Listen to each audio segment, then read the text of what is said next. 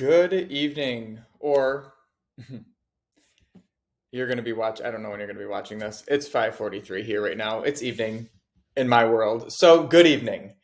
We just brought on a new client out of the Nashville area for epoxy flooring. And I wanted to show you a little bit behind the scenes of what we're doing. I made some coffee for my evening video. Let me change this. At least, just so that it's not in my eye. Doing these videos one day early this week. Tomorrow morning, I'm flying back out to California for a wedding this weekend, just going from Tuesday to Saturday. Looking forward to it, but um, also very excited to get back and keep plugging away here. So, what we got here is our Nashville Epoxy Flooring Money Printer, is what we're calling them.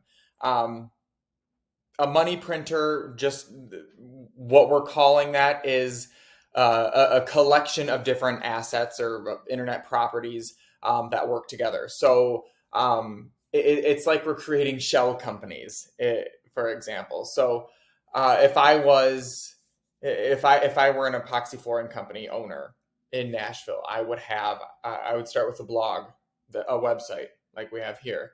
I would set up my major socials: Facebook, Instagram, Twitter, LinkedIn, Pinterest, all of them that you can think of. Get all that stuff up and running. Then you want to make sure that you have your business citations out there as well, and you want to make sure that they're all exactly identical, perfectly identical. Anyone that is not, I should link below here to an article that talks more about NAP consistency or NAP consistency. It provides an immediate SEO boost to your websites. But for those of us that build the websites like this and use those addresses, like we'll have a PO box, for example, or for like the ones in my area, I'll use my home address because I set up a Google business profile, Google My Business or whatever it's formerly known as, because I know that will help with the search engine ranking. So if I can get a Google business profile, that reminds me, hang on a second. Okay, just need to make sure. I've been watching for the onboarding form to come through. I know it's supposed to come through in the next 20 minutes or so.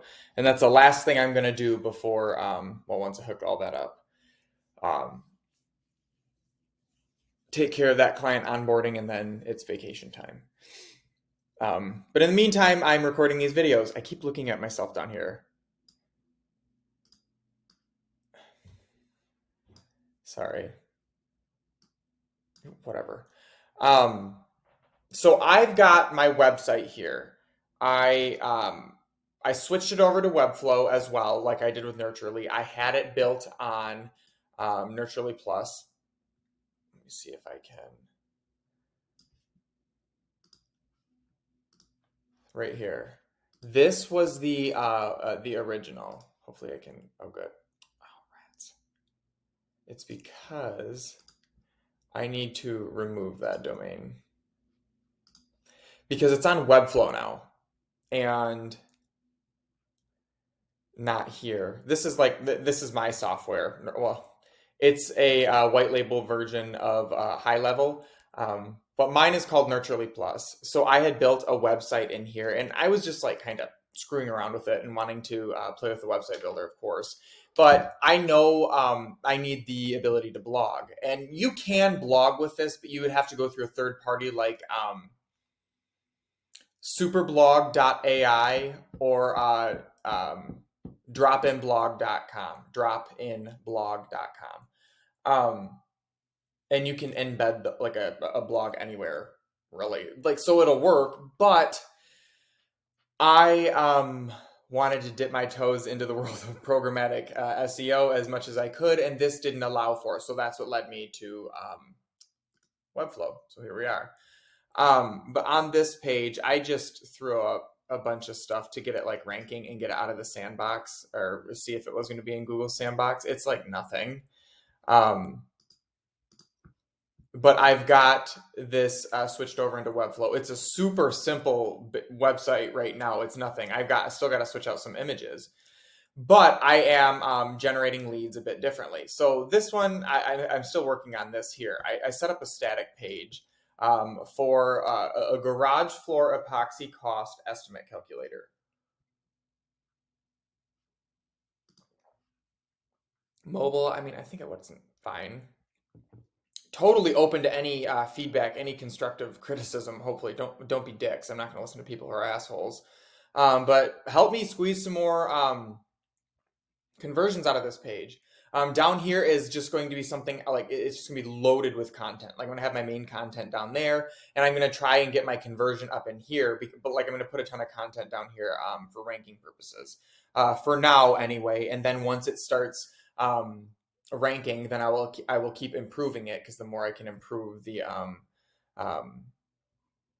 time on page and the page interaction, the better that'll be. I'm just not going to spend that time in the beginning, because I really don't know what I'm doing with all of that yet. The technical stuff. I know that there are processes and checklists and processes to follow, but I am totally focused on content velocity, not technical SEO, because I will be able to squash anyone who favors technical SEO and pays no mind to velocity. Anyway, let's get into this. I want to show you. I don't want to trigger it. Okay. This is the landing page on desktop. You can see it on mobile here. I wanted to show you what I had here. The embedded form. This is from my software, Nurturely Plus, this form. I just use it because it's hooked right up to that software, so I don't have to worry about Zaps or anything, or like using Zapier or Make or Pabbly, whatever. I can easily brand it because it's just black. The hex color code is 6 zeros. Easy enough. I mean, it looks fine. Most of the traffic is mobile, so I think it just looks better on mobile, but you can't see the form like this. So you can go to you can see the URL here. Now here's the thing. Please don't go through and submit this. I'll show you what's happening. But if you type in your zip code and hit this, it then forwards, or it goes to this page. And I don't want to open it because I want to trigger the Facebook pixel and mess up with any optimization that I already have. Because I already have 4 events after like 2 hours. So it goes to this page, and then there's another form or a survey here. That's basically our intake form. And then this is just this is all this landing page is. So I'm not going to be able to show it to you, and please don't go to it. Don't try to find it. I'm going to show you what's going on. The form that I'm using, or I'm sorry, the survey on this one is step 2. Or it's the estimate one. These are all the questions that I'm asking them. It's like 5 things, and they can click both of them, or 2 of them at least. So I need them to describe their garage. I need that to know if it's attached or detached, verify that the zip code is correct. I need their first name, and then where I can send the email, or like the estimate. Where can I email the estimate? Once they do that, then in here it fires from my Pixel ID. It fires a lead event. But then they just get the message here. Thank you for no, let's disqualify. Just kidding. On submit. It just says it was your info was sent perfectly. Blah blah blah. I feel like please check your email, spam folder too, whatever. So then they so the contact is created. It undergoes a bit of a change, and then it goes here. I think this is correct. If I can remember where it is, calculate it. Okay, so once they fill out that form, it creates an opportunity in our pipeline. Let me show you. I already showed you this. I'll show you the pipeline real quick.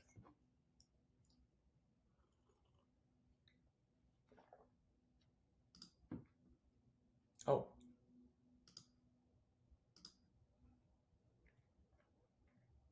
Okay. Epoxy cost estimator. Then they go into here. It goes into the new stage. When that happens, it looks through on that contact. It says, is their garage size on that form? Just kidding. Let me go back to it. Right here. This form. Make sure I have everything correct. Yes. If they've indicated that they have a one-car garage, it's going to update the contact field with their project cost estimate of $1,000 to $1,700. If it is not, if their garage size is not a one-car garage, and it very well could be because there's four other options, then it will say no and go on to the next question. Well, is it a two-car garage? If it is, it will update it, the project cost estimate to $2,000 to $3,400. If it's not, it's going to ask if it's a three-car garage. If it is, it's going to update it with $3,000 to $5,100. If it's not, it's going to say, well, shoot, is this thing a four-car garage? You're like, what's the deal? What's going on? If it is, it'll update it to $4,000 or $6,800. If it's not, it's going to say, what's the deal? You come to a page that suggests we are calculating a garage.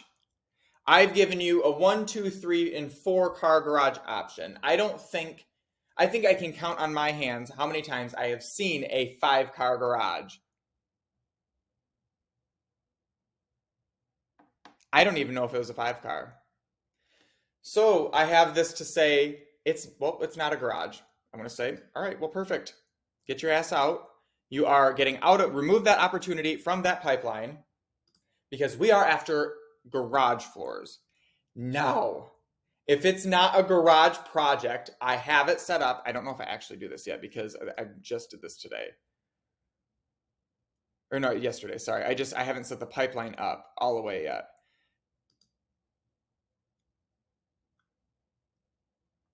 Okay, there we go. If it's not a garage, then it goes through another workflow, which that part isn't set up yet because they go through like 3 pages of talking about only garages. If it's not a garage, like I haven't worried about it yet. I will do that once I have one come in. But I will extract more details from them. I'll find out whether it's a commercial project or like a kitchen, a fast food kitchen. I don't know. Or an industrial project that's worth like 6 figures, you know? So these people are in the market for something in regards to epoxy flooring. If they've taken that action, I'll figure out how to monetize it. So once they go here to recap, this is the landing page. They go to the next page that it's basically another survey. This one right here where it's hosted on another page, except it asks them one by one. So it's not laid out like this. That's kind of garbage. So let me see if I can show you real quick without triggering. Yeah, see, so right here, it'll just say like, how big is your garage? That's all it's going to show on, like ask on the next page. They should go through it. But funnily enough, I have had, okay, so this one was me. 1, 2, 3, 4, 5, 6 people have already entered in their zip code and not filled out my form. So I had to figure out if something was broken. So I'm going to have to dial that in, or it's actually working well as another layer, like to improve the quality of the lead. Because what I do, let me show you if I have this over here. Sorry, I'm getting used to my new Chrome. This is a mess anyway. In this ad account, I just set up a simple. It's already got 21 clicks. So let me pull. I did a Google ads and a Facebook ads campaign. So I'm going to show you something. I'm going to do this so I know how I can see it easier. 1, 2, 3, 4, 5, 6 people already. I've had 21 link clicks I can't guarantee, like I can't tell you how many people have actually made it to the landing page for sure. I'll show you in a second why I can't. I'm not an imbecile. Well, I mean, like kind of. Okay, so 6 clicks, 21 link clicks. I'll count those as the same. So 27. 6 divided by 27. 22% of people are going in and entering in their zip code, but none of them are filling out the rest of the survey or the rest of the form. So that's what I got to figure out. This ad is super simple, just like straight to the freaking point. I'm not like out to change the world. Looking for garage epoxy flooring pricing info, calculate how much, blah blah blah, and it costs. There is the link. Boom. So far, it's working.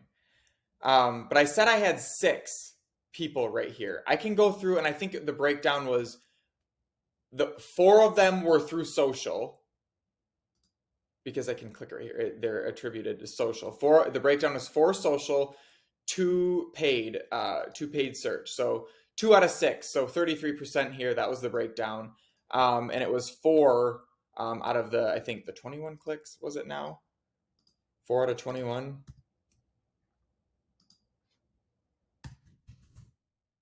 18%.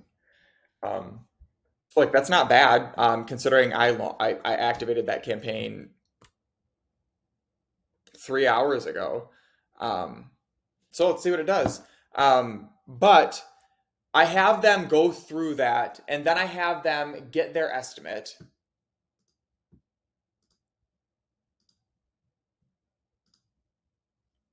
Right here.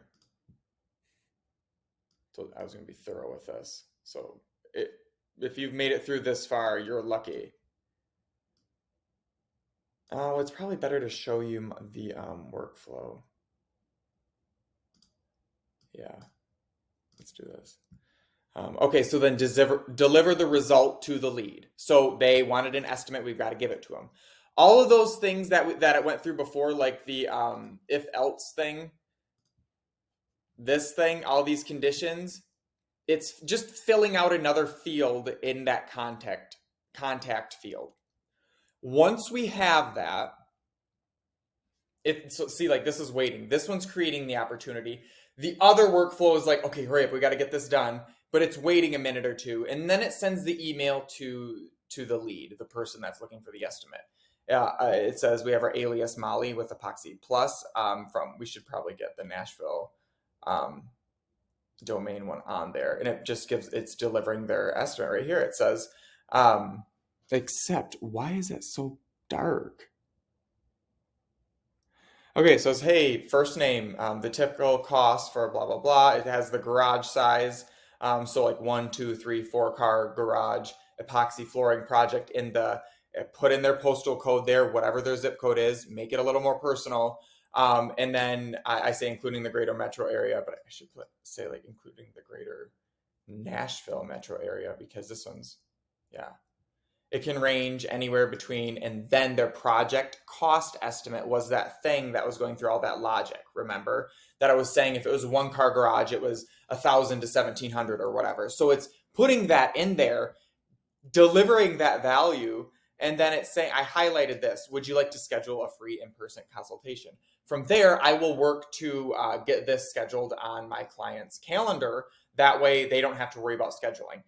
What we are going to set up, and I have to figure out with this client, because this is different. Like some of them do like to have a hand in their scheduling their appointments, but it's usually because they have archaic scheduling systems or logistics, and it just makes it really difficult. So if you're more technologically inclined, it's best to get on, have your leads schedule time on your calendar, like so that they can pick the best time, so that they are not becoming a lead, waiting hours or days or maybe never for you to call them and say, hey, do you want an appointment? Do you want an estimate? Do you want me to come out? Whatever you do, that conversion rate is so low. But if they can go through, become a lead, and actually book time on their calendar and yours, the conversion rate just goes like through the roof. Like they've jumped through an extra hoop, like to another like layer of commitment is added there. So your conversion rates just they skyrocket. Um, so I got to figure out what they want to do yet. If they want to have a hand in it, or if they want me to use our software and have them book. So if they don't want them to book automatically, if they want to have that hand in it, I would say, would you like to schedule a free in-person consultation? If yes, I can send over a booking link. I will send over, wait a minute. I lied. Forget about that. I do have this set up as if, because I'm trying to get them to reply. I need to ask them when their estimated project or like their ideal project completion date is. I just took that out of the form. So I want to change that. Let's do that right now. Because this form no longer has the project completion date because the calendar was being funky in the builder. Right here.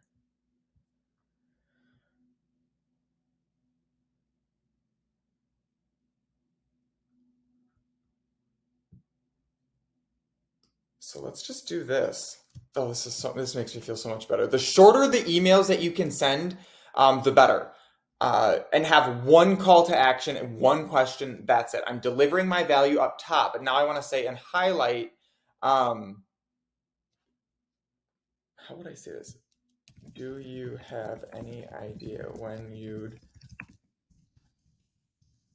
buy?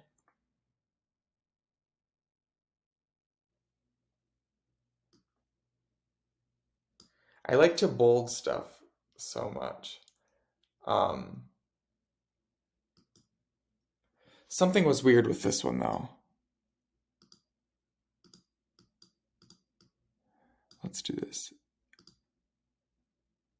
I need it all to be like really like dark.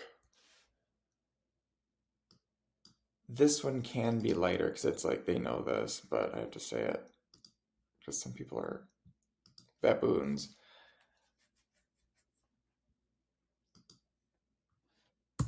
Put a smiley in there, lighten the mood. Okay, so now I ask that question and I can engage with them. I can basically it's however I want to handle this workflow or this funnel, this buyer journey, really. Um, all right, so they get that email. You see right here. So do you have any idea when you get this project done by? I handle it from there and then get it scheduled for them. If they want to book automatically, like perfect, then that takes all my work out of it. But I got to figure that out yet, and they haven't filled out the onboarding form yet. I wish I could. I should check that right now. Um, I know I'm going against every bit of advice I would say because I normally would not advise someone to check their email as much as I've been doing, just to see if he's filled out that form yet because I want to get him hooked up. There's like people coming in.